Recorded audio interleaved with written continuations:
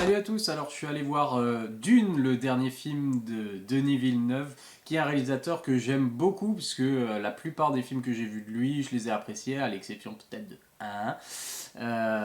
Mais le reste, que ce soit Prisoners, Premier Contact, Blade Runner 2049, Sicario, d'accord, j'ai aimé vraiment la majorité, pratiquement tous les films que j'ai vus de lui. Euh, qui est capable, un peu à la manière de Christopher Nolan, de proposer des films assez variés et de proposer du grand spectacle intellectuel et très intéressant. Et du coup, j'aime beaucoup ce réalisateur. Et du coup, voilà, il a décidé comme prochain projet de faire Dune, la trilogie. Alors, ça va être une trilogie normalement. Là, c'est la première partie qui sort, adaptée du roman que je n'ai pas lu, et qui est donc une nouvelle interprétation du roman, une nouvelle adaptation, parce qu'il y avait déjà le film des années 80 que je n'ai pas vu non plus de Lynch. Puisque la réputation du film, alors déjà j'étais trop jeune pour le voir à l'époque, et quand il était temps de s'y intéresser un peu aux œuvres de science-fiction, les critiques et la réputation de ce premier film, voilà, ça s'est pas amélioré avec le temps en fait. Donc c'est quelque chose qui m'intéresse pas vraiment, surtout qu'apparemment il n'est pas très réussi. Voilà. Donc, je suis allé vraiment frais voir ce film et j'ai découvert un univers pardon, assez intéressant. Mais alors, je vais commencer par le côté positif de toute façon. Alors, j'ai bien aimé le film, déjà, ça c'est une bonne chose. C'est visuellement, c'est vraiment magnifique. Il faut absolument, si on veut le voir, il faut aller le voir au cinéma. Moi, je suis allé le voir en IMAX et c'était magnifique. Vraiment, si on a l'occasion d'avoir une salle IMAX, il faut y aller absolument parce que c'est vraiment une expérience. Et c'est la première partie. Déjà, il y a écrit d'une première partie, c'est le titre dès le départ. Et c'est quelque chose, forcément, on met en place les personnages, les intrigues, on met en place les décors, enfin, les planètes, les différents lieux, les différentes races extraterrestres, etc., etc.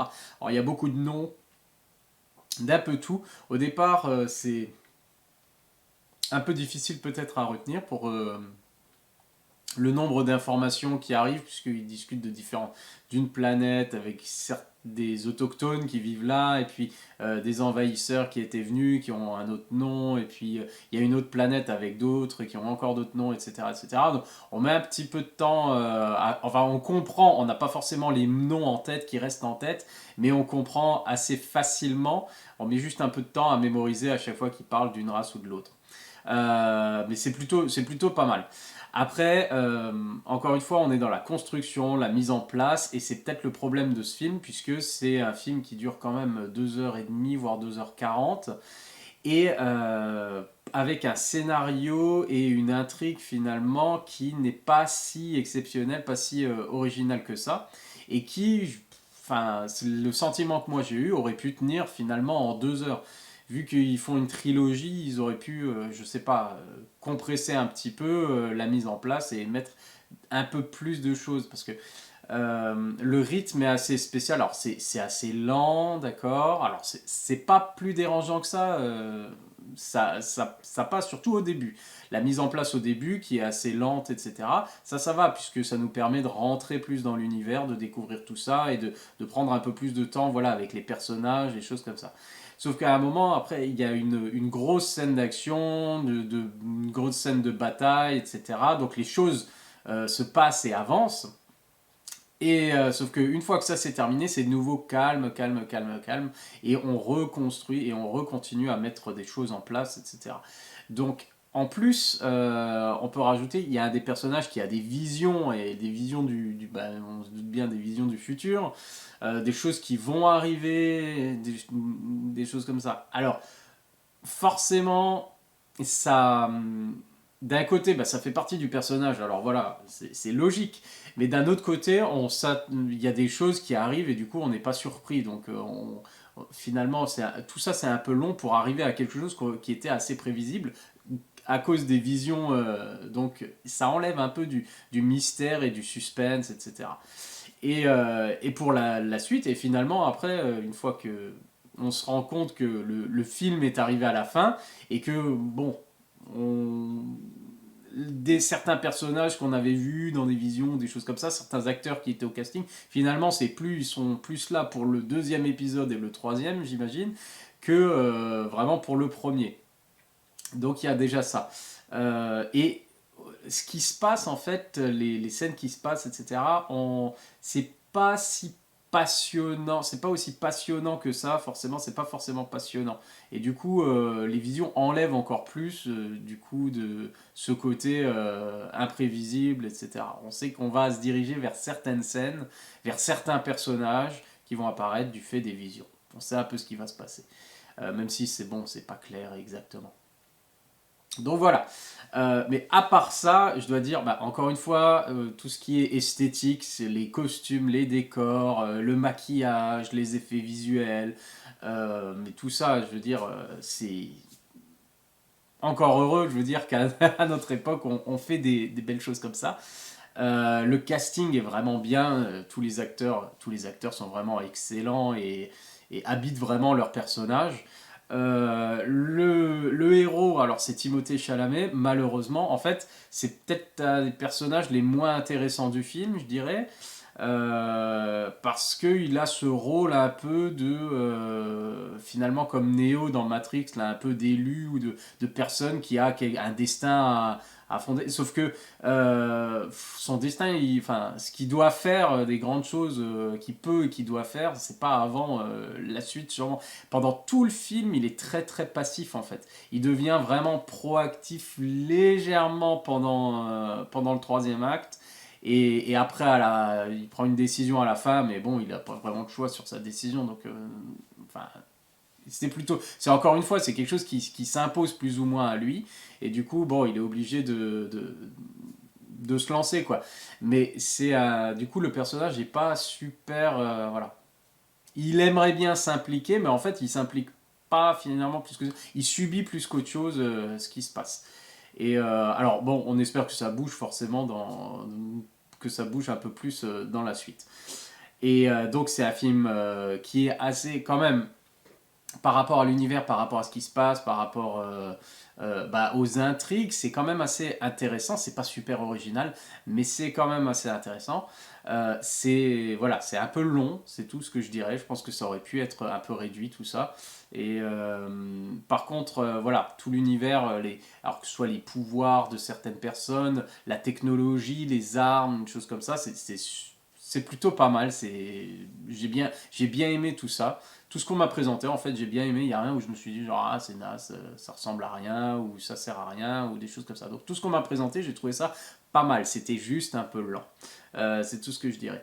Et dans le genre, si on veut une petite comparaison, parce que voilà, il va y avoir des comparaisons forcément de ce film avec d'autres sagas ou des choses comme ça. Alors, si on comparerait ça, je dirais à. Au Seigneur des Anneaux, parce qu'on est aussi dans un univers un peu bah, fantasy, et avec des pouvoirs et des choses comme ça, différentes races qui s'affrontent. On est justement, si on prend la communauté de l'anneau, où déjà des gens se plaignaient que c'était trop lent et qu'ils font que marcher, ou des choses comme ça, bah, je pense pas que ces personnes-là apprécieraient de passer un moment devant Dune. Parce que, en termes de péripéties, si vous prenez la communauté de l'anneau, ça bouge beaucoup plus que Dune déjà dans le premier film. Il y a plus de péripéties tout au long du film que Dune.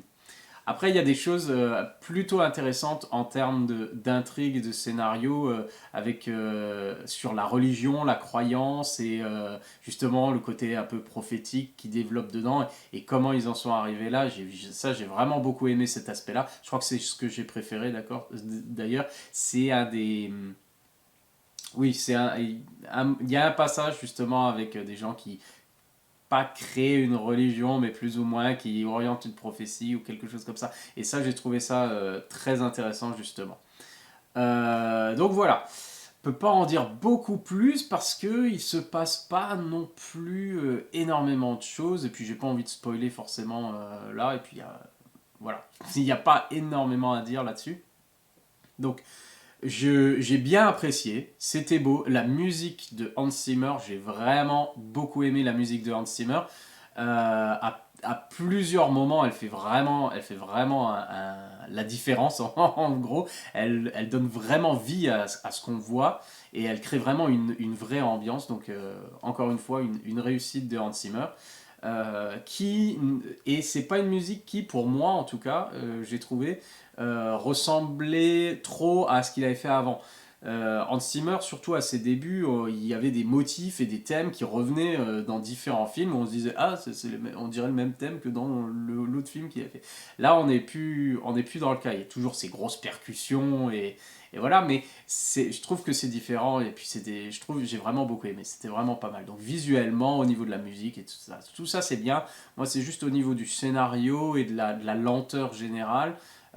C'était pas catastrophique, hein, je dis pas, parce que j'ai quand même passé un bon moment, je me suis pas beaucoup ennuyé, mais je me suis dit, il y a quand même à des petits moments, je pourrais avancer un petit peu, ou ils auraient pu éviter certaines petites scènes comme ça qui apportent pas grand chose, d'accord. Mais dans l'ensemble, j'ai quand même beaucoup aimé, je pense même que je vais aller le revoir. Comme ça, il y avait pas mal d'informations quand même qui étaient données.